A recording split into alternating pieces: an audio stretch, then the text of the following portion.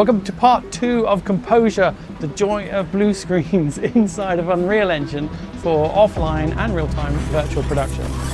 The huge advantage that Composure has is that it's using camera projections. So it allows us to take footage from that camera and put it onto a non-flat surface. So I'm reprojecting this right now onto a curved surface, and so it's capturing the shadows, and so we can now improve our integration into environments.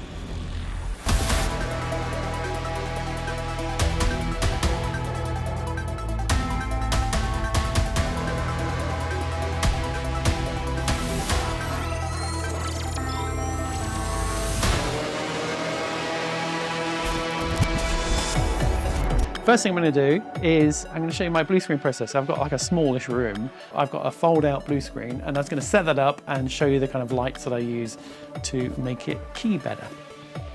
So the blue screen that I've got isn't quite blue. It's a kind of desaturated bluish screen. But what I do is I've got 4 GVM 800D RGB lights, and they're pretty cheap, used off eBay. And I kind of put them evenly around the screen. And so I'm going to turn this one on, and you can kind of see that it's throwing a general light over there. But because these are RGB lights, you can go into the RGB mode and change the color of the light to kind of match your overall color temperature of the background and make it a bit more saturated. So that's my way of getting around cheap blue screens. So what you're seeing right now is the feed from that camera that's going into Unreal Engine, into Composure, and it's doing a live chroma key of a really low res, like it's not even 1080p, it's like SDI mush. It's not for final quality, but it allows you to see where you are in 3D space live in this viewport, so I can kind of block out my scene and know where I'm going to be. So I'm going to show you how to set that up inside Unreal Engine. Here we have a little mini digital set of my room, and here's where my camera is, and here's my walls, and this is what we made on the first episode of Composure, how to put CG objects into live action by taking the video feed and putting it onto this camera and projecting it into this room, and it's basically camera mapping. And then thanks to the power of Unreal, it's taking the global illumination of characters and actors, and it's bouncing those back onto the plate, and it's great. So watch that video after you've watched this one if you haven't seen it. If you have seen it, thank you, and then go and watch it again because it's great. All right, but on this episode, we're going to do the opposite. We're going to take the same feed, but we're going to use a blue screen, and we're going to put that blue screen onto this Composite Actor, and it can be any shape, but the default one is like this, that curved surface that you saw at the beginning. And then you can put it into your environment, and your environment can reflect that object as well. So it's really good. And so we're going to show you how to do that. So we're starting off with this room because I don't want to have to build it again and bore you. But the first thing we're going to do is add a new media profile. What's that, you ask? Well, on the last episode, actually, yeah, I did the thing where I take a media player and we use that to take the feed from the camera, the USB or the DVI, and we make a media player, and then we use Composure to source the media player onto that camera. But my friend Ryan, thank you Ryan, said, oh, you should try a media profile, because with a media profile, when you don't have to keep it open all the time, so you can close it, and in Composure there's a button that says you choose a media profile or a media texture. So I'm going to show you how to set that up now, but we still have to go into the media texture to get the URL of the camera. All right, so first thing is right mouse button, then we go to media and media player, and then just say OK, and then double click on the media player. And then if you go up here where you've got a little folder, you can choose anything that's plugged into your machine. So I'm going to grab this one, which is my DVI. So there's my signal. And this is what I used to do, but you had to keep this window open, or if you went into play mode or simulate mode, it would close this signal. So this is much better for kind of streaming and virtual production-y type things, which I don't do. I do offline virtual production, but just for fun and for tutorials, I'm going to do online. But later on, we'll do offline. So the important part is this, where it says VidCap, and this amazing little string of numbers and things. What you do is you copy that. So right mouse button, copy. So this, right, now I'm going to close this window. And now I'm going to make a new media profile. So we go to right mouse button, media profile, double click on that one. And then up here we go to add, and add new media source. And then under media source, you've got all these different choices. We're going to go for stream media source. And then come down here to the bottom. And then under stream URL, that's where you paste that video capture URL. And then you hit refresh media properties. Et voila. So now I can save this. And then that now, every time we just look for this new media profile, it will give you this live feed. And if you're in play mode or in simulate mode, it won't turn it on or off. So that's great. So thank you, Ryan. We're going to close this down. So now we're going to add a Composure actor. So we go into Window, Virtual Production, Composure. Then we place a Composite Actor. And the first thing we do is we associate the camera with the one that's in the scene. And this is the camera I had last time, and I had spent ages kind of getting it right and sort of finding out where it should be. You can use lots of other software that does this for you, but I didn't. I'm a professional. We do it by eye. Okay, so select here from the camera choice, and then I'm going to choose the only camera that I've got in the scene. So you click on camera component. Hooray! So that's that one. And now what we're going to do is we're going to add under plate layer, I'm going to add here a place composite mesh actor. And then this has made this wonderful, huge composite mesh actor. So under here, where it says, at the moment, it's just using that color bars. So it's using the color bars. And then, so here you can choose a media profile. So we click on that, and then we can just choose the one that's active. Click on that, and now it's projecting it through here. So it's made it a massive object. So I'm just going to scale this down because it's way too big for me. And it's going to scale him down to something a little bit bigger than a man. So we put that just there, push him into the world. There it is. Okay. And then come back here and push him up a little bit. Well, just so he's above the floor. And then if I go into wireframe, you can see it's just this shape here. And I'm going to put the screen, let's say the guy, we're going to put him about here in the middle of the room. So let's just take this object and just put it around about here. And that's where it's going to land on. So you can see here this camera, there's my camera, and it's going to project this image onto here. Camera mapping, as someone reminded me it's called. I call it camera projections, but we'll see what the SEO does. Okay, back onto lit, and then let's go through this wall. And so here is our object on that card. So I'm looking through the perspective, but if I look through this camera, the Cine Camera Actor, you'll see it looks like the feed, but it's not, because it's projected onto that thing. So let's grab our Composite Mesh Actor. I'm just going to move him back there like that. You can see the shape's moving away, and where that shape, where it's hitting it, it's kind of projecting it onto there. So now that we've got this guy is now, oh, by the way, that's me. That's my stand-in. I talk to him all the time. We have conversations. He's a lot of fun. He doesn't say much, but he is a lot of fun. All right. So actually, as you can see here, the where his feet kind of feel right on the floor is where you kind of put this mesh actor. So yeah, like I was saying, in the olden days when I had a card, this card would intersect the floor. So you would lose all the shadows, and I'd have to do that thing where I would take the card and sort of scale it towards the camera, but then it's not in the right depth. And the great thing about this is that you can focus it on this, you can focus the camera on this plane, and the depth of field will work as well. Ooh. All right, so it doesn't do as much good being blue.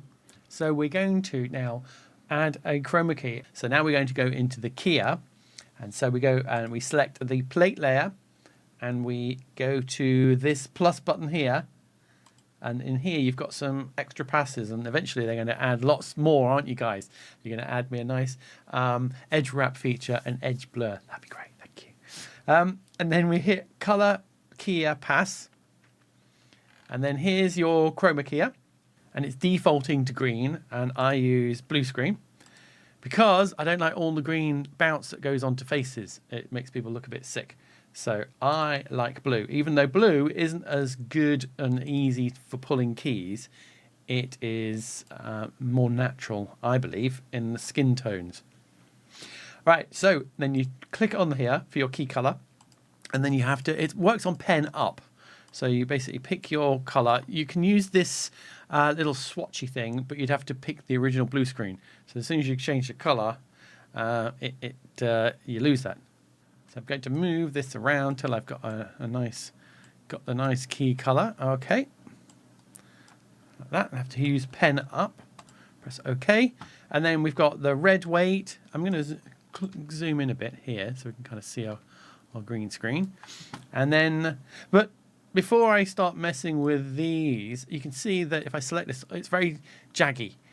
And that means it's basically using a masked media texture. And the masked texture is binary. So pixel is on or off. So that's the default, what it appears to be the default Composite Mesh Actor material type.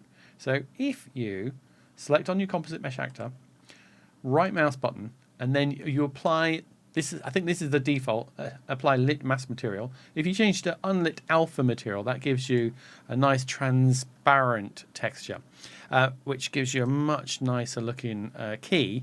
There's some disadvantages in that, and I'll get to those later on. But for now, while we're just getting our key, we should use that one. And then I'm going to play with my red way and see what that does. And basically, this is how I do keying, is I slide things and see if it makes it better or worse. So that's making it a bit better. And then you've got an alpha threshold, and that just makes things thinner, like so.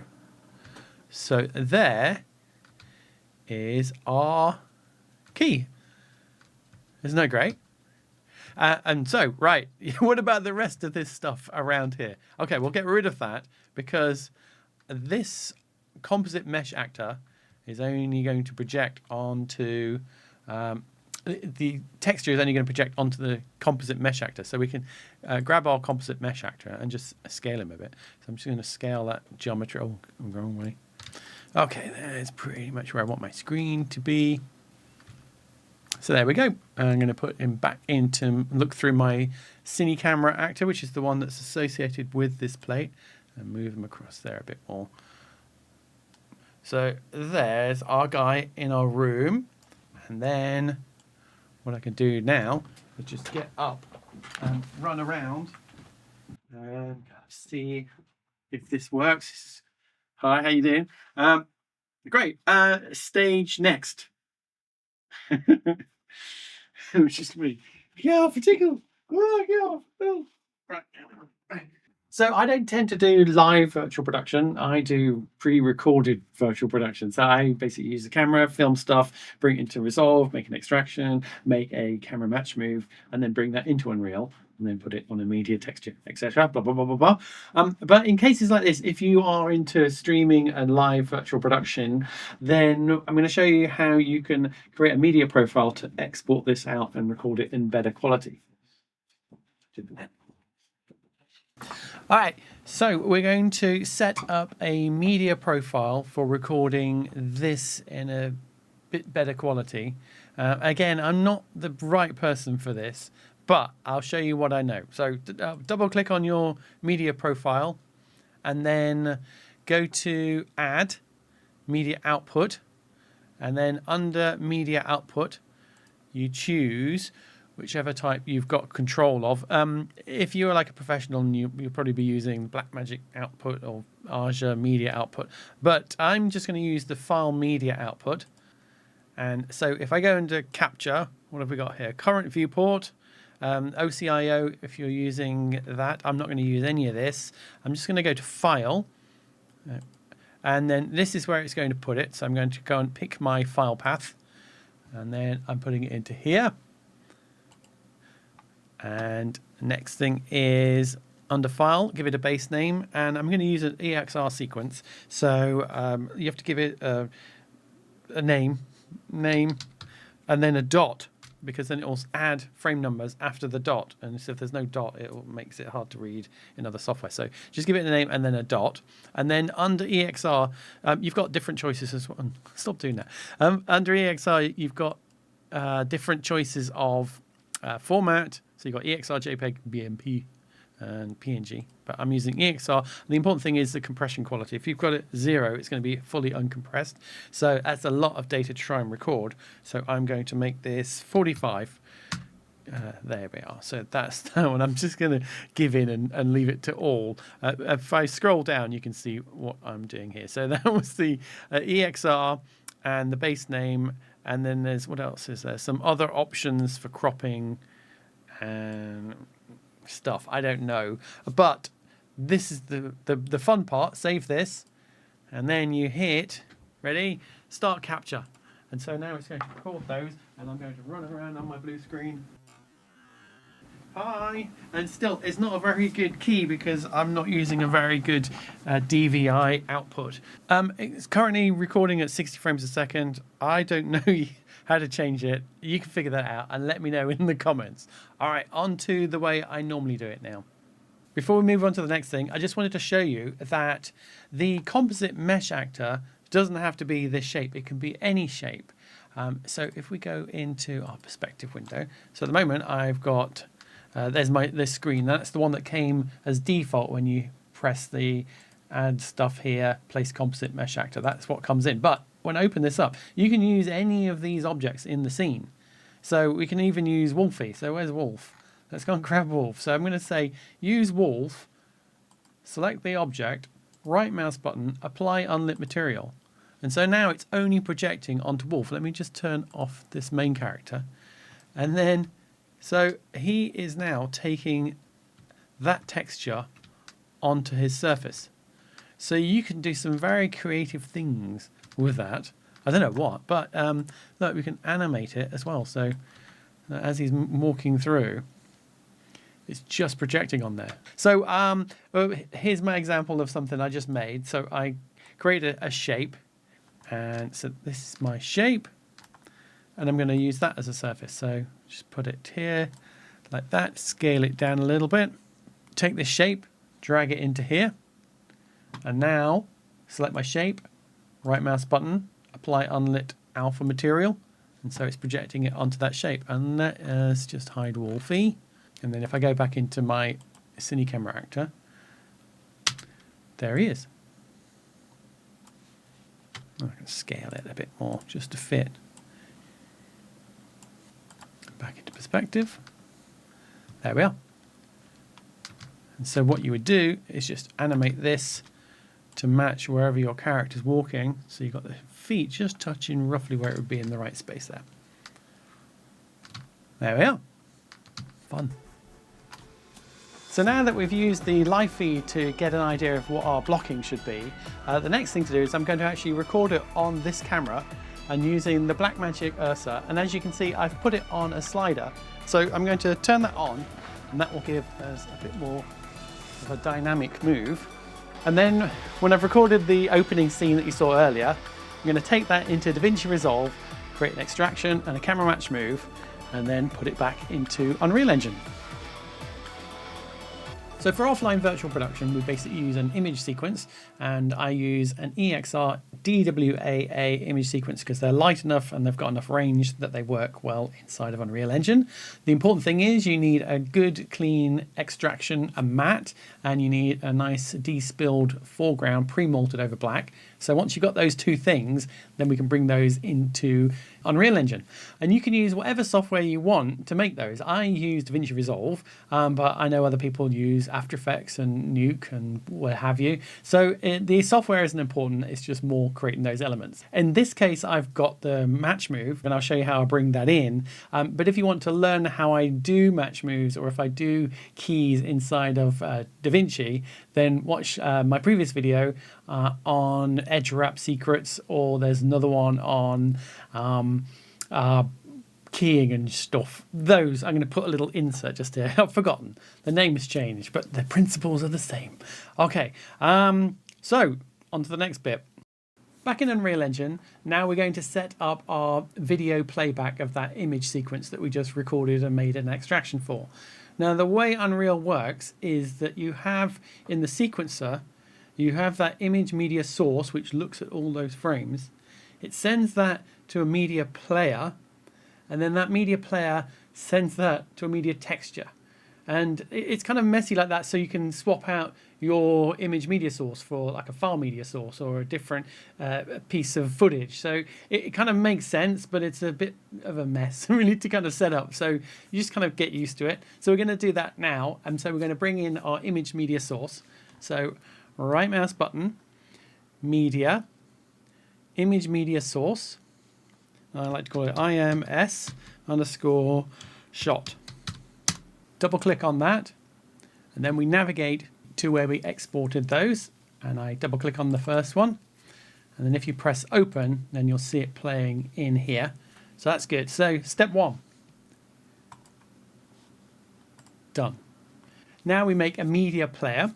So right mouse button, media, media player. And when you make a media player, it wants an associated media texture. So we're going to just say yes to this, create media player, and then media texture asset. So here we go. So I call mine a media player, and I'm going to call this one the same name, shot. And then it's made a media texture. So I'm going to press F2 to edit that, and I like to call them MT shot. There you are. That's me for you. So double click on the media player, and now we associate it with this image media source. And I just made this one called shot. And then if I double click on that, you'll see it appear in here. Great. Step two. Save that one. Now, if I go into the media texture, so double click on this, and there you can see your image media source, what it's playing, what the media player is looking at. And now we're going to create a sequencer. So right mouse button, cinematics, level sequence, and I call it LS, call it shot. There we are. Now we're going to open up our level sequence. First thing is set my frame rate to be the same as my image media sequence, which is 24 frames per second. And then we're going to add a media track. So plus media track plus media source. Then if I scroll down here to image media source shot. Then here it's saying the size of the footage, the frame rate, and it's saying missing media texture. So right mouse button, properties, and then we change the media texture here to the one that we just made. So MT underscore shot. Great. So whatever frame I'm at here in my sequencer, it'll look at this image media source, and it'll feed that to the media player, which will then push that onto a texture. Media, yeah. All right, so now we're back in our Composure land. So I'm going to place a Composite Actor. And then I'm going to associate that Composite Actor with the camera. So I'm going to use this one. That's the one that's in the scene. And now I'm going to look through that camera. There it is. So that is pretty much what we shot from. And I had my camera at the end of my slider. So this is what that represents. So now I'm going to go to the plate layer. And here we've got our signal, and it's using just the SMPTE bars. So now I'm going to use, instead of using the default Composite Mesh Actor, which was that really big one, I'm going to bring in the custom one that I made earlier. So I'm going to go to my content browser, geom, and bring in this shape here. So I'm going to put you back around about there. And now I'm going to associate this into the plate layer. So there's my shape. I'm going to drag it and put it into this plus square box. So now this is associated with the plate layer, and it doesn't know what material to give this. So we select this, right mouse button, apply unlit alpha material. So this is projecting this media texture. So instead of this texture, we're going to replace this. Rather than using the media profiles, I'm going to use the one that we just made, the media texture. I'm going to say MT underscore shot. So now, if I come out of here, let's go into perspective view, I come around here, so that camera is projecting, go into my sequencer, this frame of this image media source on the media texture that's being projected onto this, and it's landing on that composite mesh actor. So I'm just going to move this around this plate here, so like so. And now if I look back through this view, I'm going to go into our original DVI camera. So there we have it. So now if I move this forward like that, you can kind of see that he's looking like he's in the right spot. And then what I'm going to do eventually is move this plane forward so that it's just at the right kind of distance from the camera that he should be. And I'm going to look at the feet. We're going to show that in a minute. So at this point, if you were doing like, if you were just doing a lock off and you didn't have a camera match move, you could add a bit more of a move to your shot. So say I'm doing a music video or something like that, and I'm playing the ukulele. So you can do a little move, and you can do a bit of an orbit, just enough to not break the illusion of what we're doing, and that's because it's projected on this non-flat surface.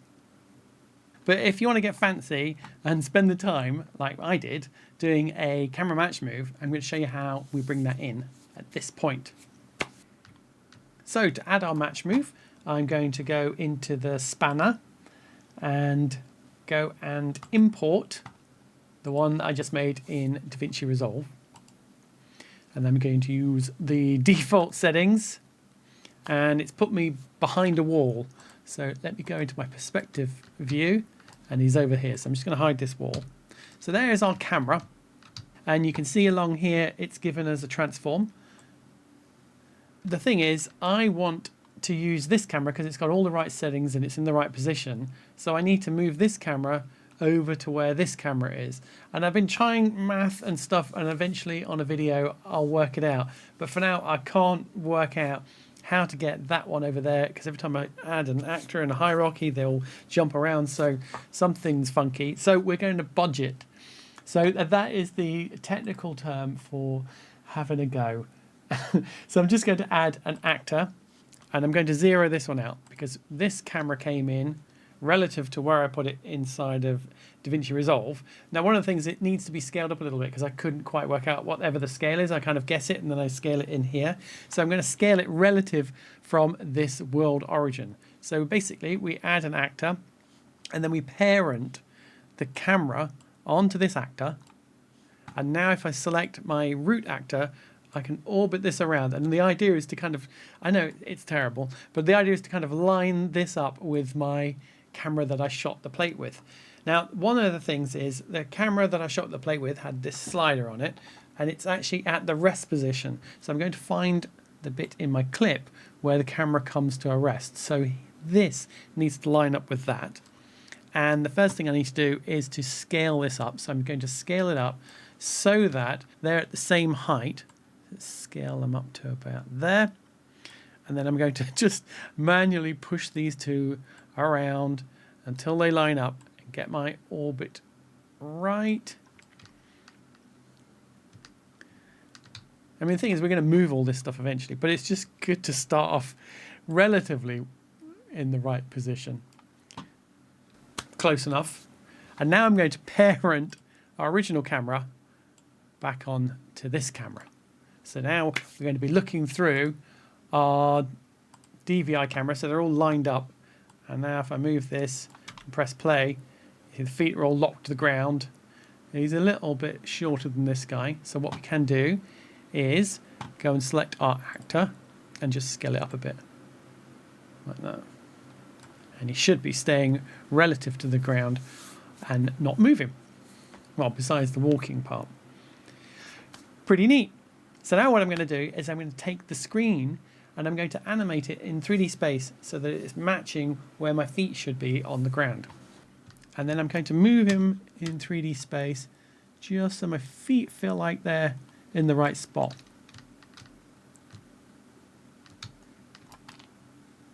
And if I press play now, it goes back, so he's good there. So I'm going to save a key for this. I'm going to drag him into my sequencer and set a key on the transform. Go to another position. So I'm coming forward there. You can see my legs are getting kind of weird and bendy. So I'm going to bring him forward like that. And go to my next. Maybe a little bit. So I've been playing with him in the sequencer curves and pushing this screen further back or closer depending on where I want him relative to the other characters. And so now I've got the kind of overall rough blocking of this.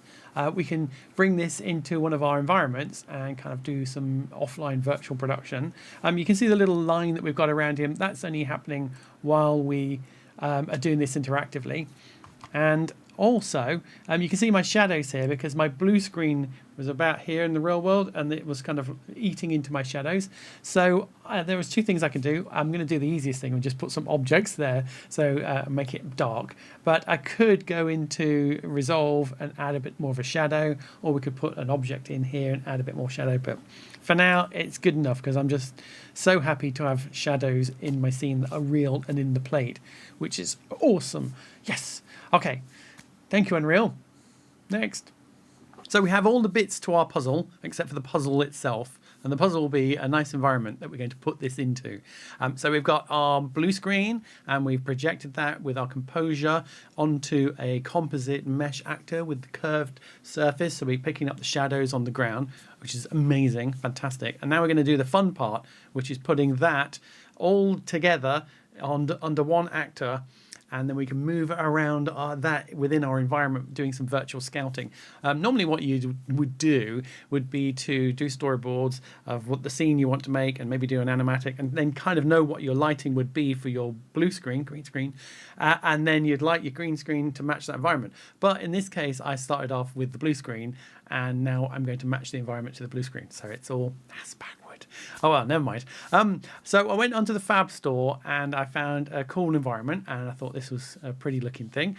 And then I used some of my favorite VDBs to give it some life. And I always like to put smoke and atmosphere and hide everything with a layer of mush. So here's our composure scene, and we've got our Composite Mesh Actor, and he's using the apply unlit alpha material. So that means that you need a pre-multiplied image sequence. Basically it's over black and he fades off into blackness, and then it's got a unpre-multiply built into it. So this gives you nice soft edges and how you'd kind of expect it to look. There we are, look, nice soft edges. So this is the ideal way to render. And so if we were going to render this right now, I'm going to show you one very important thing that needs to be enabled. So I'm going to go into my render setup, and I will be using EXR sequence, and I set it to DWAA, DreamWorks Animation A, and it's lower compression, or is that higher compression, than like a raw 16-bit full float image. But I don't need all of that data because I'm basically doing all of my compositing inside of Unreal Engine, and I just do some little tweaks and finessing inside of DaVinci Resolve. So that's my setting. And then we have to use deferred rendering for Composure. And then anti-aliasing, I'm going to go over this a little bit later on. But the important thing, this is the most important thing, and it's to have camera on, and then the default is frame center. And what happens is it will mix the frame of your video with the previous frame, and kind of you'll get like a double imaging. And so if you're rendering and you're seeing like a double image of your main video texture, it's because this needs to be on. So put camera on. So you go to settings, and then it'll be one of these choices here. Add camera. Under shutter timing, change that to frame open, and then it'll start at the beginning of a discrete frame you'll have that whole frame. Otherwise it'll be blending between the two.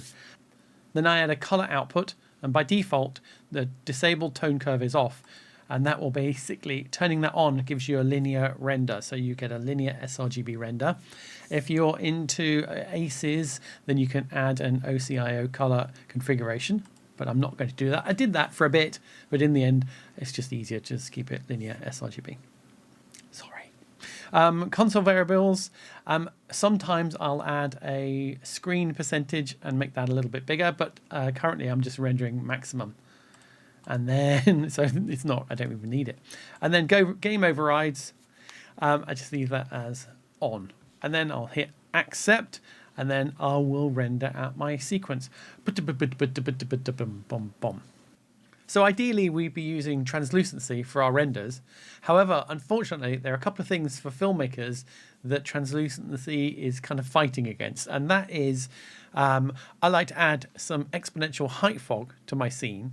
But if I go and make it nice and strong, like a 2, then you can see that it's affecting the background, but not this plate. And I can't work out how to embed this into there. So that's one issue. And then the other thing, as a filmmaker, we like to add some VDBs, heterogeneous volumes, sparse volume textures, etc. And they aren't quite working in the way that I'd like. So if I move him backwards, you can kind of see that it's not being held out by this foreground. So our foreground plate is kind of acting as if it's on the background. So that is not ideal either. So the two things that I like to use to make my shots look a bit more atmospheric aren't quite working here, unless I always want it in front. So what we have to do is we go into our Composite Mesh Actor and we change the material type to apply lit masked material. Now that gives you the wonderful depth. Like here I'm going to turn my exponential height fog off, but you can see here now I push my VDBs through the character. You can see that he's going in between there. So it's working like a real piece of geometry rather than this sort of layer cheat. Now the trouble with that though, if I come out of there, so you can see now there's our masked material, and he's solid, goes to black, and then not solid. He's off. And this is the way that masked materials work. A pixel is either on or off, and it doesn't understand shades of grey. So what it does is it gets to a point below 0.5 in the luminance of the alpha, and it says this pixel is no longer on. So the geometry turns off, microgeometry. I don't know, is that a thing? Yes, it is. And then anything that's above 0.5 is a solid piece. So as you can see here, it doesn't understand pre-molting, unpre-mold, anything like that. If I go and swap back my material now to alpha unlit, you can see I'm getting a nice soft edge, but our VDB is in front of it. So it's a kind of like a devil or the deep blue sleep. But we're going to do something in between. We're going to change this back to lit. And I've got a workaround for this. It's not ideal because it's using a dithered masked transparency. And what dithering does is it's a bit like newsprint in that in the olden days when you had newspapers, they only had black or nothing. It was black or nothing. So for somewhere where it's dense, they'd have lots of black dots. And then where it was less dense, they'd be more spaced out. And then when it was just white, they'd just have a few little dots on the paper. And this does the same trick, and using a temporal dithered. I'm always getting it wrong, but basically dithered. I'm going to show you how we do that, because by default, this material doesn't have that in it. So I'm going to make a copy of this material. So what we do is we find that material. So I'm going to select my Composite Mesh Actor. Under here, we've got Composite. And if I try and click on this, it doesn't actually find the material. It kind of finds the level, which is a bit annoying. But if you hold down Alt, and then you see this little pencil, and then click it, it's going to bring up this material instance. And then we click on the folder here, and that will navigate us to where the master material lives. Now, we don't want to mess with the master material. We want to make a copy of this. So I go right mouse button, duplicate, and then I give it a name. dither. And then I'm going to move that into my local directory. So I'm going to grab you and just drag it into my Composure. And I'm going to move that one there. I'm going to go to my Composure. And now we can edit this without messing up everything else. Not that I would do that. So now we've got our material. I'm going to replace the one that's currently on my Composite Mesh actor by dragging it into here. So now I'm using mid. I don't know why it adds that, but it does. There's my name of my texture there. So that means this is now using my custom version. So I double click on that one. Now I don't know all the ins and outs of this Composure material setup, and I'm sure there's some engineers who are cringing right now. But what I'm going to do is change under, I don't know what these are, but I know that the opacity mask, if I add a dithered temporal to both of these opacity masks, it will basically give me that dithered temporal dithering thing. Anyway, drag a noodle out of your opacity mask, type in dither. There's one of those. And then there's another one on this one here. And I'm going to drag it out and say dither. And add another one. So now we've got dithering enabled. And now if I hit apply, let's see what happens to this edge. Way! So now it's got, this is a dithered edge. So it's, you can see here, there's like more and less and less and less dots. So if I unselect this, you can kind of see now that it's got this sort of fadey off look to it. I'm just going to hit save onto my custom material. And I'm going to zoom in a bit more so we can kind of see that edge. Now, the other problem, so hooray, we've now got a softish edge. And again, it's like it's working in the pixel level, so I have to render this as big as I can get it to make these dots as small as they can be. But the other problem that you see is that I've got a dark edge, and that is because mask materials don't work as an over, they work as a matte or as a geometric type composite. So it's expecting more of this sort of skin color around here because it's going to mix in that rather than the unpre-multiplied edge. And effectively what it means is you take your extraction and you expand the edges. So like this. So whatever software you're used to, there's normally an edge extend. And if you watch my other video, then you'll see the way that I do it. Then watch my green screen camera tracking secrets and a lie. So I'm going to replace my image media source that I made earlier. And if we open this, you can see here that he's over black. And so what I need to do is use the version where he's not over black and he's actually using an extended edge. So let's go and find that one. So here's one where my edges are being extended outwards. And so now, rather than being black, it's going to have the color of these edges going over this background. So again, not ideal and not simple, but that's the way around it. So here we go. So we're getting some of that detail now. It's not perfect because I'm changing the background quite drastically from what I was shot, but that's how I do it. So if we come back into our 3D view, we can now see that our piece of geometry, because it's now a masked piece, dithered piece of geometry, and we can grab our steam and move it around and it'll pass through that geometry and kind of work in a way that feels a bit more sort of working with depth and stuff. So that's absolutely fantastic. But the compromise is that, you know, the edges are a bit more nasty and it's more work to create the extended edge version of the plate. But it's a trade-off, isn't it? Okay, so now we've got all of our pieces. I want to bring in our kind of fancy environment into this scene. So what I'm going to do is add a null, or as you call it, an actor. So go to plus square button, add an actor. And I'm going to put him 0, 0, 0.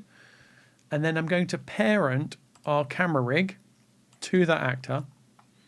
And I'm going to parent our Composite Mesh actor to that as well.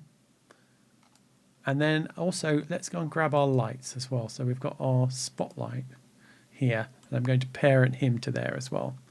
So we've got our main actor. Well, let's call this position. Let's call this root. So now I can grab my root and then move that. And so here I'm moving my root, but it's moving the camera and my composite mesh actor and my light through the environment. So what we can do is get rid of everything else and just have this as our persistent level. Here I've taken the scene and got rid of everything else except for our composite mesh actor, camera, light that I just showed you. And the weird thing is it's showing this unpremulted over the background. So as soon as you have another object in the scene, it will be replaced with that object. So here we go, here's a cube. Let's just make it big. And you can see that that composite mesh actor is doing a geometric composite. So ignore that for now. And so what we're going to do is we're going to go into our levels and we're going to add a sub-level. So if you look for levels, they're under Window Levels, and then you grab your secondary level and you just drag that into here. And then now my level will appear. Now I can get rid of my cube. And so here's the environment that I bought.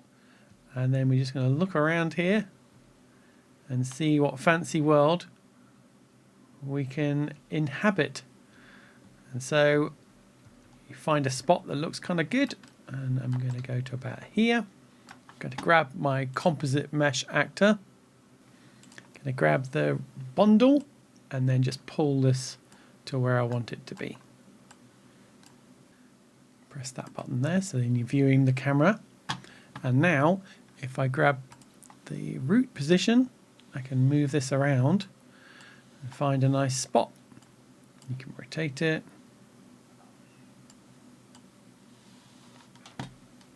There we are. And I found somewhere around about here. So I added some vehicles and characters and animated those, and also put some VDBs in for some smokes. And then the other thing that I did was that we can color correct our main plate layer by going into plate layer, and then you can see what I've got one on here already, but I'll just turn that one off. And then so we go to plus here and then add color grade pass, and then in here we can change the contrast, we can change gamma, we can change the colors, so you can kind of nudge them all around and get them to fit in better to your plate. Or you might want to adjust your plate by adding a post-process volume, etc., etc. So yeah, there's more tools to throw at than I can fit in this tutorial. And now one more thing before we say goodbye. I want to show you my render settings, because with the masked materials, it needs you to use, under anti-aliasing, it wants you to use multi-sample AA, multi-sample anti-aliasing. So I set my multi-sample to 1 to 17. One of the issues that you get with multi-sample though is that anything that's reflective, you get these fireflies, these little white dots. And the way to get around that is that you have to go into your lights and change the specular scale down to 0, unfortunately. So another compromise. But if you're not using MSAA, then I found that the alpha lags behind the foreground. So yeah, there's some weird stuff going on. I haven't quite worked it all out yet, and I'm sure there's so much more to learn. So what I'll do is I'll do an updated video to go over advanced features that I've discovered after playing with it for a few weeks. So make sure you subscribe so that you'll be on the bell notification button, bing bong, and then you won't miss that one. And in the meantime, here's the finished version, and thanks for watching. See you next time. Bye.